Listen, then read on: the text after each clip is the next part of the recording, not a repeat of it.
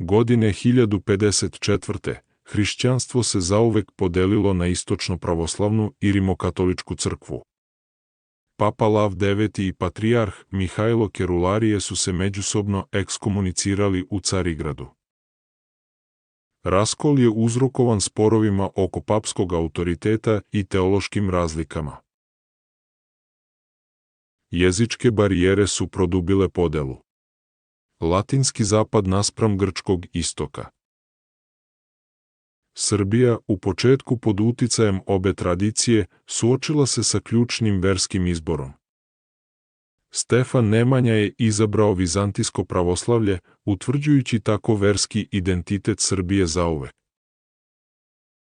Sveti Sava je učvrstio ovaj izbor stvaranjem nezavisne Srpske pravoslavne crkve.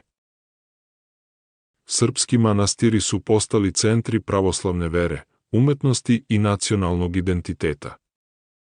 Pljačka Carigrada od strane krstaša 1204. godine dodatno je ojačala odlučnost Srba u vezi sa pravoslavljem. Danas, srpsko pravoslavlje ostaje centralno za srpski identitet i kulturu širom sveta.